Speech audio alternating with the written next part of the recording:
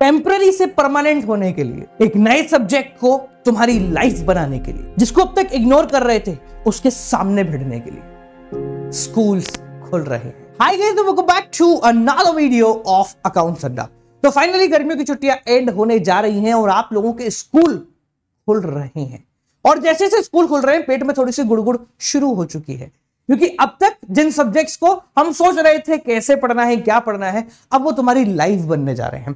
Accountancy, economics, business studies, mathematics, IPCS, physical, ये सारे के सारे सब्जेक्ट अब तुम्हें रोज देखने पड़ेंगे। तुम्हें समझ में आ रहा है या नहीं आ रहा है, रेलगाड़ी में तुम्हें बैठना पड़ेगा और ये रेलगाड़ी पहले चैप्टर का स्टेशन छोड़ के पूरी किताब के स्टेशन से गुजर जाएगी और अब तुम्हारी लाइफ एक नया मोड़ लेने वाली है। डरो मत, हर चीज के बारे में यहां डिटेल बात करेंगे। आज की वीडियो सुनने के बाद तुम्हें समझ में आ जाएगा कि 11वीं को कैसे अप्रोच करना है। ये कॉमर्स कोई परेशानी नहीं है, ये जिंदगी जीने का एक नया तरीका है और इसको अगर फील करो तो समझ में आएगा कि ये सब्जेक्ट सबसे बेहतरीन ऑप्शन है जो कि तुमने अपनी 11वीं के लिए चूज करा है। चलिए शुरू करते हैं।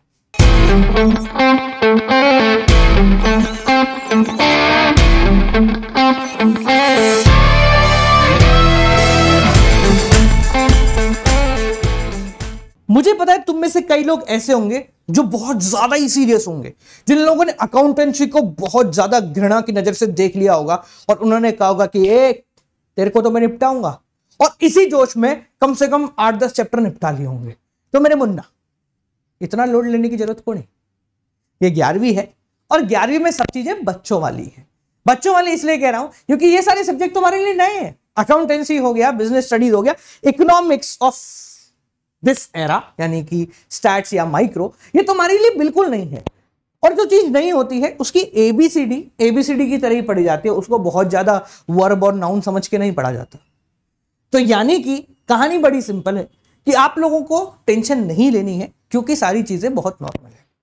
आगामी 6 महीने तुम्हारे सामने होंगे क्योंकि 7वें महीने से तो फाइनल की तैयारी, फलाना डीम का 12वीं में आने वाले हैं, ऐसा होने वाला है, वैसा होने वाला है, वो 12वीं वालों को फेयरवेल भी तो देना है, अरे ये भी तो रह गया है, अरे प्रोजेक्ट बनाने होते हैं क्या, इन सारी बातों में निकल जाएंगे।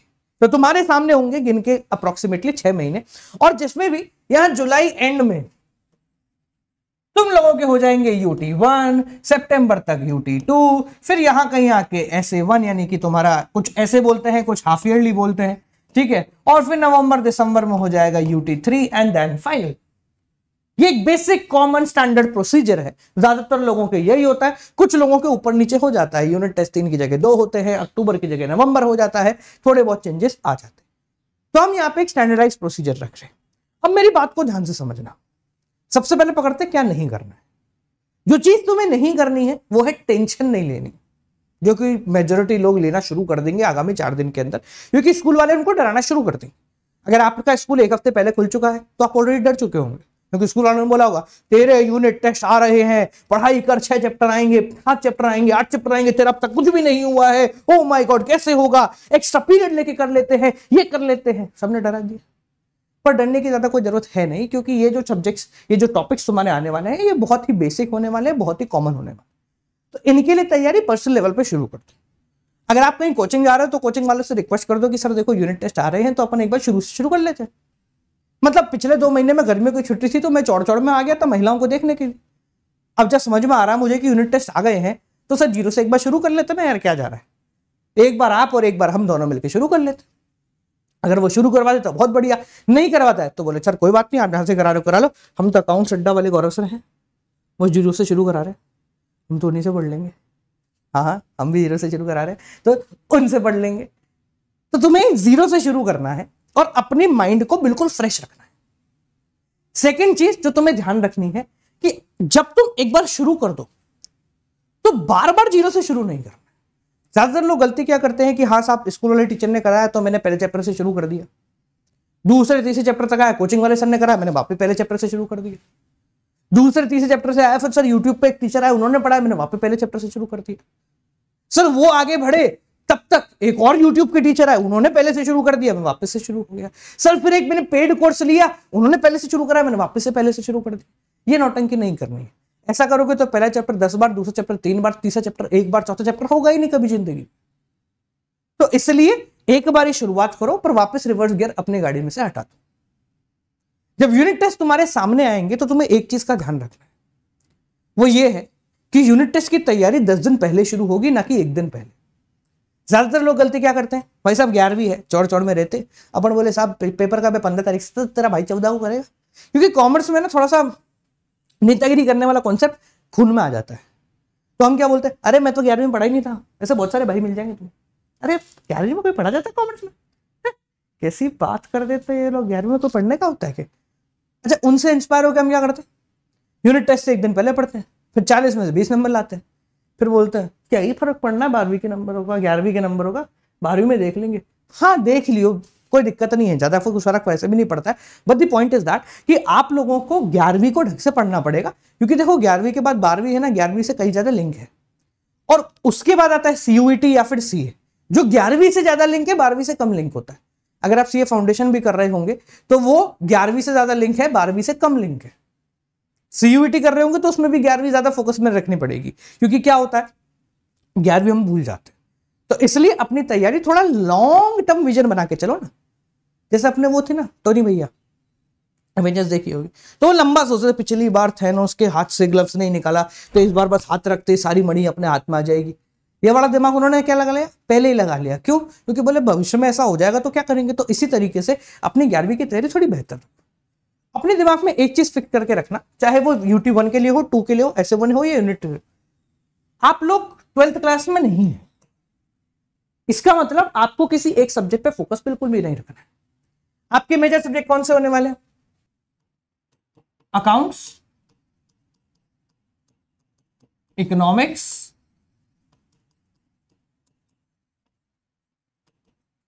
बिजनेस स्टडीज, ये 3 मेजर हैं।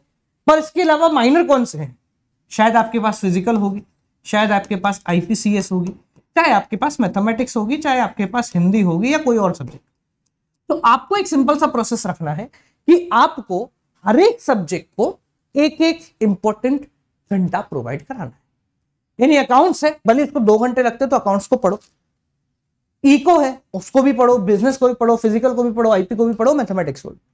किसी एक सब्जेक्ट पे फोकस नहीं रखना। कॉमर्स के 11th क्लास के बच्चे सिर्फ अकाउंट्स पढ़ते हैं, कुछ और पढ़ते ही नहीं है।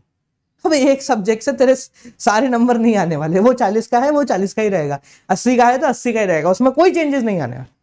तो इसलिए सारे सब्जेक्ट के ऊपर फोकस रखो। हाँ, ये जरूरी नहीं है कि साहब मुझे फिजिकल रोज पढ़नी है, क्या बिल्कुल भी नहीं पढ़नी बेटा रोज। अकाउंटेंसी को ऐसे बना ले, Monday, Tuesday, Wednesday, Thursday, Friday, Saturday, तो इससे छोरी नहीं बन जाएगा, है ना। कुछ सर ऐसा तो छोरियां करती हैं, तो इससे महिला नहीं बन जाएगा, और महिला बन भी जाएगा तो क्या बुराई आ रही है तेरे को, तैयारी नंबर तो आ रहे हैं तेरे, ठीक है। ये बना लो। अकाउंटेंसी को दिन में 7 दिन पढ़ लो, कोई दिक्कत नहीं, 6 दिन, संडे तो ठीक है, रखो संडे, कोई दिक्कत की बात नहीं, ठीक है। इकोनॉमिक्स है, अल्टरनेटिव डेज पढ़ लो। बिजनेस है, रिमेनिंग अल्टरनेटिव डेज पढ़ लो। फिजिकल है, आखिरी के 1-2 दिन पढ़ लो। IP है, बीच के 1-2 दिन पढ़ लो। मैथमेटिक्स है तो वो तो पढ़नी पड़ेगी भैया। इस तरीके से अपने हिसाब से एक शेड्यूल बना। सर आप बताओ बेहतरीन शेड्यूल। मैं तुझे जानता हूं, तू मुझे जानता है, मुझे पता है तेरा पहला चैप्टर कवर हो रखा है नहीं हो रखा, मुझे पता है तेरी 10वीं में नंबर कितना आए थे, नहीं पता ना तो लॉजिकल चले, इमोशनल डैमेज नहीं करना है अपने को। देख ये कर ले, वीक 1 में ऐसा कर लेना, पहले दिन सुबह उठ के 8 बजे ये कर लेना, 9 बजे तेरी चाय हो जानी चाहिए, 10 बजे तू नहा धो के रेडी होनी चाहिए, 11 बजे तेरे हाथ में किताब होनी चाहिए, 12 बजे सब्जेक्ट चेंज, 1 बजे खाना, 1:30 बजे टीवी, 2 बजे ये, 4 बजे ले भाई नहीं जानता, आदमी उठता ही 12 बजे, है ना। तो शेड्यूल तुम अपना बनाओ, और कोई सा टाइट शेड्यूल करने की जरूरत नहीं है, ठीक है। रोज उठा के थोड़ा बहुत पढ़ लो, बेहतर रहेगा। जब ऐसे बना लोगे ना तो यू शुड बी क्लियर कि हाँ यार मुझे कौन से सब्जेक्ट को कितनी रिलेटिव इंपॉर्टेंस देनी है। इससे जब पेपर आएंगे, चाहे वो UT1 हो, UT2 हो, UT3 हो, आप लोगों को एटलीस्ट झटका नहीं लगेगा, आप लोगों को ऐसा नहीं लगेगा हाय राम ये क्या हो रहा है। जब ऐसा नहीं लगेगा तो खुश रहोगे और बढ़िया से नंबर आएंगे। इन सारी तैयारियों को तुम्हारे साथ मैं भी कराने वाला हूं। आगामी 2 दिन के अंदर इसी चैनल के ऊपर हम लोग लॉन्च करने जा रहे हैं आप लोगों के लिए बहुत बड़ी चीज। आज से पहले YouTube पे शायद 6 साल पहले हमने कुछ ऐसा किया था जिसको आज हम वापस रिपीट करने जा रहे हैं। आप लोगों के लिए बहुत सारी मेहनत, जब आप गर्मियों की छुट्टियों में घूम रहे थे उस समय बहुत सारी मेहनत हमारी पूरी टीम कर रही थी। क्या कर रही थी 2 दिन बाद आपको जरूर पता लगेगा। तो तैयार रहें उसके लिए, ज्यादा लोड ना लें। स्कूल खुल गए हैं तो स्कूल के मजे लें, जी भर के मजे लें। कॉमर्स में हो, रिलैक्स होके पढ़ोगे तो भी नंबर आएंगे, टेंशन लेके पढ़ोगे तो शायद थोड़े कम आएंगे। तो take a chill pill and relax, क्योंकि बोर्ड एग्जाम दूर है, अभी नहीं है।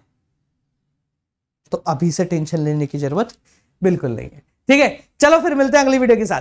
ठीक है ना, कुछ कमी पेशी रह गई हो तो मुझे बता देना। मेरे हिसाब से तुम्हें समझाने के लिए बस इतना ही समझाना बहुत जरूरी है, बाकी तो तुम समझदार हो यार, ऐसे कोई बेवकूफ थोड़े ना, बच्चे थोड़े ना हो।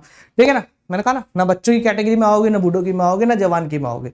नई कैटेगरी है तुम्हारी, देखते हैं नई कैटेगरी कितनी बड़ी होती है। मिलते हैं अगली वीडियो के साथ। Till then keep on watching.